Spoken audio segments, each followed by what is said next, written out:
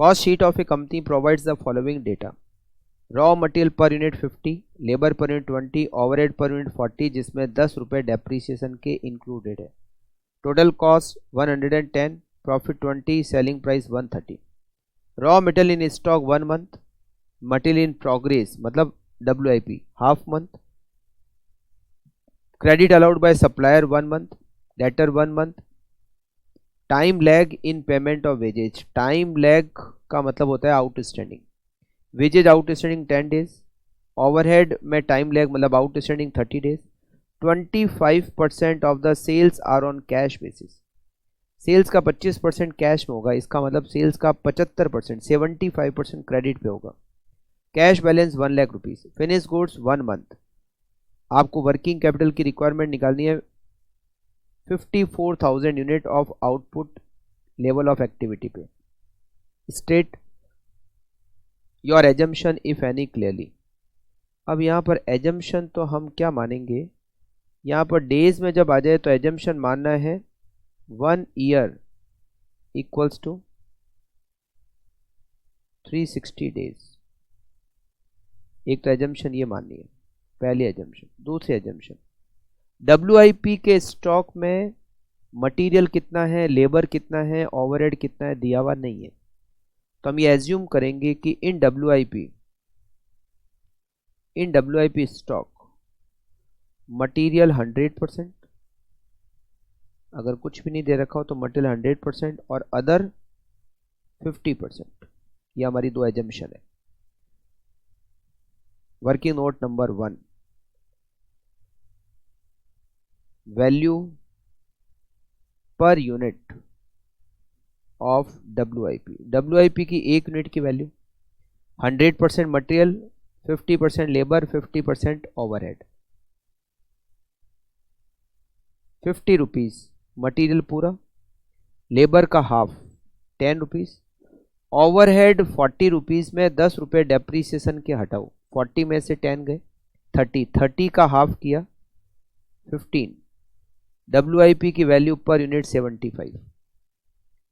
Working note number 2, value per unit of finish goods. Finish goods में material भी पूरा 100%, labour भी पूरा 100% 20 रुपीज, और ओवरहेड भी पूरा।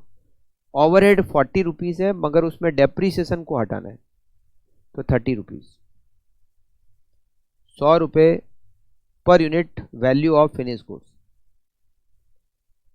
Working note 3, value per unit of debtor. Debtor की वैल्यू पर यूनिट क्या, सेलिंग प्राइस है 130, सेलिंग प्राइस में से 2 हटाने पड़ेंगे, एक तो प्रॉफिट और एक डेप्रीसिएशन। 20 रुपये आपका प्रॉफिट हटेगा, 10 रुपये आपका डेप्रीसिएशन हटेगा, तो 100 रुपीज उसकी वैल्यू हो जाएगी।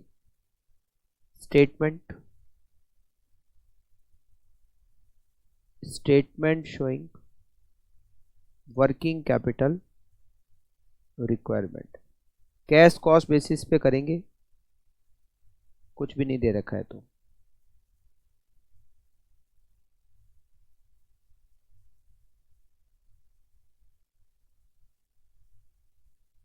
सबसे पहले करंट एसेट।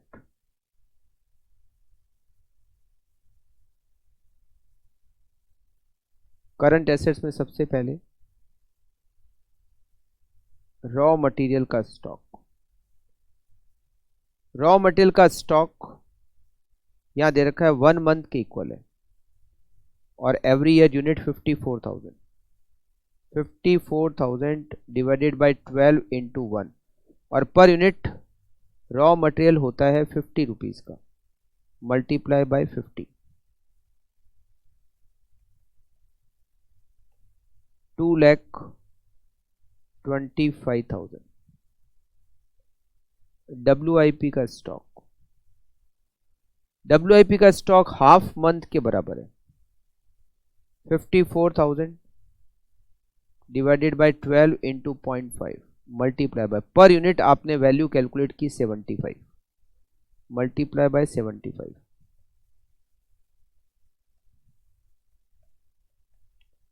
168,750. फिनिश गुड्स का स्टॉक, फिनिश गुड्स का स्टॉक यहां दे रखा है। Finish goods in warehouse 1 month 54,000 divided by 12 into 1 into finish goods per unit 100 रुपए,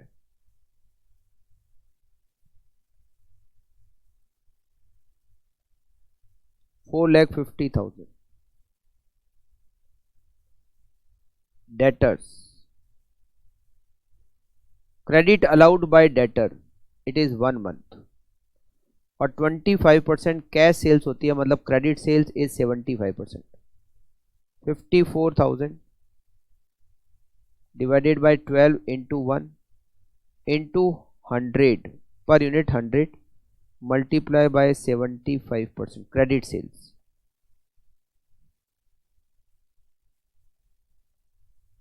337,500. कोई भी एक्सपेंसेस प्रीपेड नहीं है. Cash, cash balance expected 1 lakh,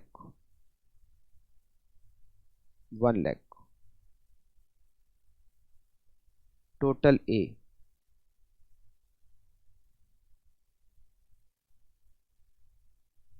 $2,25,000 plus 168,750 plus 4,50,000 plus 337,500 plus 1 lakh, 12,81,250.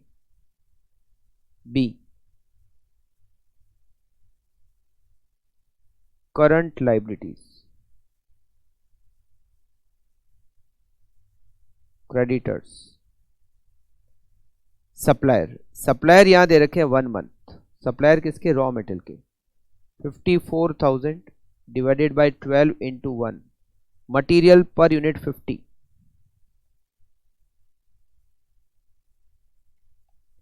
2,25,000. Outstanding wages आपको दे रखी है 10 days,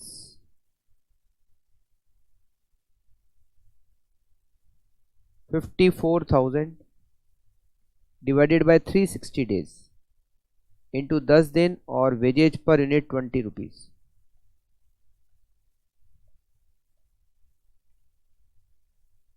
30,000. Outstanding overhead 30 days, 54,000 divide by 360 into 30 into 30 rupees, 40 rupees का आपको ओवरहेड दे रखा है जिसमें 10 रुपये डेप्रीशिएशन है, तो 30 रुपीज ओवरहेड. ओवरहेड कभी आउटस्टैंडिंग नहीं हो सकता.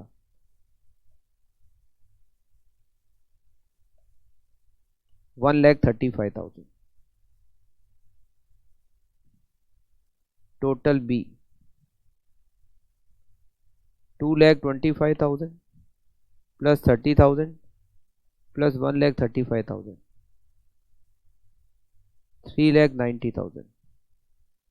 Working capital A minus B